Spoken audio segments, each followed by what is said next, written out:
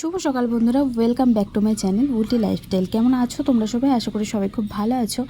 আর আমিও তো একদম বিন্দাস আছি। তো এখন মাওবাদী সেজে কোথায় যাচ্ছি বলো তো? পার্লারে কিন্তু যাইনি, আজকে যাচ্ছি বাজার একটু। তো অনেক দিন পর বাজার যাচ্ছি ওর সাথে, তারপর সকাল সকাল, কারণ আজকে আর পার্লারে যাব না। আজকে মায়ের শরীরটা একটু খারাপ আছে, তাই ভাবলাম যে একটু বাড়িতেই থাকবো।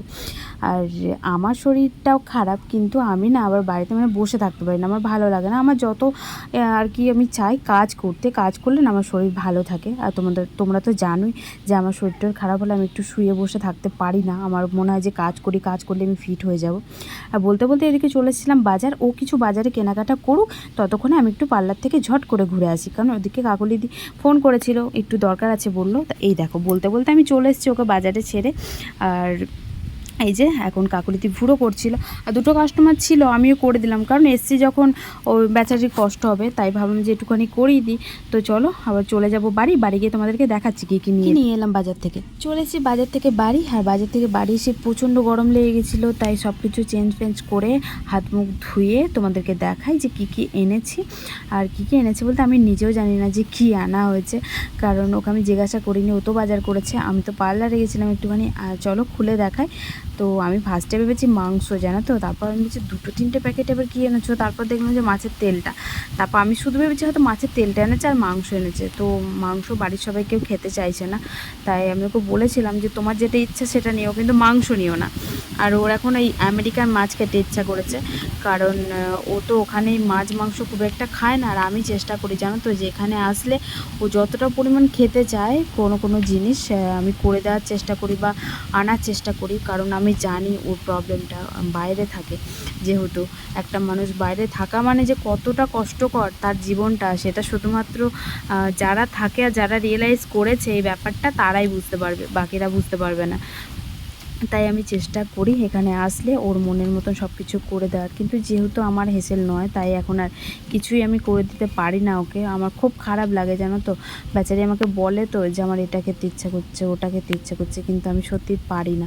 কি করব বলো, আমি নিরুপায়, নিজের স্বামীর ইচ্ছাটুকুও পূরণ করতে পারি না। সত্যিই খুব খারাপ লাগে এক সময়। কি করব, ভগবানকে ডাকছি যে তাড়াতাড়ি যাতে একটা নিজের বাড়ি করতে পারি। আর কিছু বলার নেই আমার, সত্যি আমার কিছু বলার নেই। আমি ভগবানের কাছে এটাই চাই সবসময়তে, যে আমি যেন তাড়াতাড়ি একটা নিজের বাড়ি করতে পারি। আর সত্যি আমার আর এই মুহূর্তে আমার কিচ্ছু দরকার নেই, একটা শুধু নিজের মাথা গোজার ঠাঁইটা হলেই হবে। এই যে কাজ বাজ চালু করে দিয়েছিলাম, তো পাতনাটা ধুয়ে নিলাম। বাবা বলেছিল পাতনাটা ধুয়ে 2 বালতি জল তুলে দিতে, আর জল চলে যাবে তাই তাড়াতাড়ি করছিলাম। আর তোমাদের সাথে টুকটাক করে সবটাই শেয়ার করলাম। আর ওদিকে যে ও রং করছিল, তো শ্বশুরবাড়ি এসে ও শ্বশুরমশাই কাজে লাগিয়ে দিয়েছে। না গো, আমাকে বলেছিল বাবা অনেকদিন আগেই যে রং করে দেওয়ার কথা, কিন্তু আমার আর টাইম হচ্ছে না, তাই করা হচ্ছে না। আর এগুলো রং না করলে না বৃষ্টির জলে ধরোই জং পড়ে যাবে। তো এখন বাজে ওই 2:30টা মতন, আর ওর রং করা কমপ্লিট, আজকে আর কি অত দূর পর্যন্তই হলো। তারা দেখাই তোমাদেরকে, একদিনে তার সবটা হবে না, তাই ও এই দিকটা ফার্স্টে করলো, তারপর এখন ওই দিকটা বাকি আছে, দেখতেই পাচ্ছ। ওই দিকটা কালকে করবে। আর অনেকটা বেলা চলে গেছিলো, তাই আমি বললাম যে চান টান করে একটু শোবে চলো, আর করতে হবে না, সকাল থেকে ধরো খাটছে। গুড ইভিনিং বন্ধুরা। তো এখন বাজে বিকাল ওই 5টা 5:30টার মতন, আর রেডি হয়ে গেছি। এখন যাচ্ছি হচ্ছে পার্লারে। তো পার্লারে যাবো, তার আগে একটুখানি ঘুরতে যাবো। তো চলো, কোথায় যাই না যাই গিয়ে তোমাদের সাথে দেখা করবো। টাটা। চলে এসেছি বাড়ি থেকে বেরিয়ে, কোথায় যাব জানি না, গন্তব্যস্থল এখনও পর্যন্ত ঠিক হয়নি। তো নেগেটিভ লোকজনের কাছ থেকে চলে এসেছি, নেগেটিভ কথাবার্তা থেকে অনেকটা দূর। ইচ্ছা তো করে যে কোথা আর ফিরে যাব না, তো কিন্তু কি আর করব, যেতে তো হবে। ওই যে অরিজিৎ সিং একটা গান আছে না, যাব না ফিরে আর ঘরে। তো আমারও ঠিক সেই রকমই মনে হয় বাড়ি থেকে বেরোলে, যে যাব না ফিরে আর ঘরে। তো আর কোনো দিন হয়তো ঘরে ফিরে যাব না এরকম মনে হয়, কিন্তু কি করব, ঘরে তো ফিরতেই হবে, কারণ আমার যে সেখানেই ঘর বাড়ি, এখন ঘরে তো ফিরতেই হবে, কিচ্ছু করার নেই। তো এই যে চলে এসেছিলাম হচ্ছে আবার আমাদের ডাইহাটে কিছুক্ষণ ঘোরাফেরার পর। আর আমাকে পার্লারে যেতে হবে, আবার তাড়াতাড়িও করছিলাম, সন্ধেও লেগে গেছিলো, ওদিকে 2-3বার ফোনও চলে এসেছিলো। আর তার মধ্যেই ও আমাকে বললো যে চল, অনেকদিন ব্রেড পকোড়া খাওয়া হয় না, তো সিঙ্গারা তো খাই প্রতিদিন, চলো এখানে একটু ব্রেড পকোড়া খাই। আর এই দোকানটা নতুন হয়েছিল, তার জন্য দেখলাম যে টেস্ট করে তো দেখা যাক কেমন খাবার দাবার করে।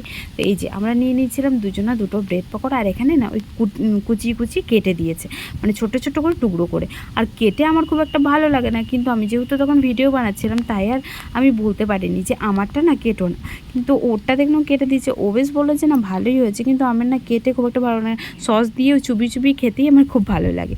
চলে এসেছি পার্লারে, আর পার্লারে এসেই দেখছি সম্পাদি এসছে অনেক দিন পর। সম্পাদির সাথে একটু গল্প টল্প করার পর ওদিকে আবার কাকিমাও একটা গুড নিউজ দিল, সেটা হচ্ছে তোমাদেরকে বলি। কাকিমা আমাকে কাজের জন্য বলছিল যে এই পার্লারেই কাজ করার জন্য। তো আমার তো মানে খুব ভালো লাগলো কথাটা শুনে, কারণ আমিও তো কাজই খুঁজছিলাম, কারণ আমার বরের কাজটা নেই, তোমরা তো জানো। ও কাজ খুঁজছে কিন্তু পাচ্ছে না, কাজ কি মুখের কথা বলো। আর আমি দেখলাম যে এখান থেকে যাই আসুক, যেটুকুই আসুক ওটুকুও তো হেল্প হবে, তাই আমি বললাম যে হ্যাঁ করবো আমি। আমার তো যাই হোক কিছু একটা কাজ হলো, 2000ই দেখ আর 3000ই দেখ, কিছু তো একটা হয়েছে তাই না। এবার ওর একটা কিছু কাজ হলেই আমি নিশ্চিন্ত, কারণ ও বেচারি অনেক জায়গায় কাজের জন্য খুঁজছে কিন্তু পাচ্ছে না গো। তো ঠাকুর করে ওরও একটা কাজ হয়ে যাক। আর আমি চলে এসেছিলাম বাড়ি, আর বাড়ি আসার পথে একটু নিয়ে এসেছিলাম ছানা, কারণ ও খেতে চেয়েছিল একটু ছানা, তাই মিষ্টির দোকান থেকে একটু ছানা নিয়ে এসেছিলাম। তো তোমাদের কাছে একটাই রিকোয়েস্ট, তো প্লিজ ভিডিওগুলো বেশি বেশি করে দেখো, আর ভালো লাগলে অবশ্যই চ্যানেলটাকে সাবস্ক্রাইব করে দিও গো, কারণ অনেক কষ্ট হচ্ছে বিশ্বাস করো, মানে আমি বলে বোঝাতে পারবো না তোমাদেরকে। তো ভালোবাসা দিও, তোমাদের ভালোবাসা ছাড়া কিচ্ছু সম্ভব হবে না। তো ভালো থেকো সবাই, টাটা, গুড নাইট।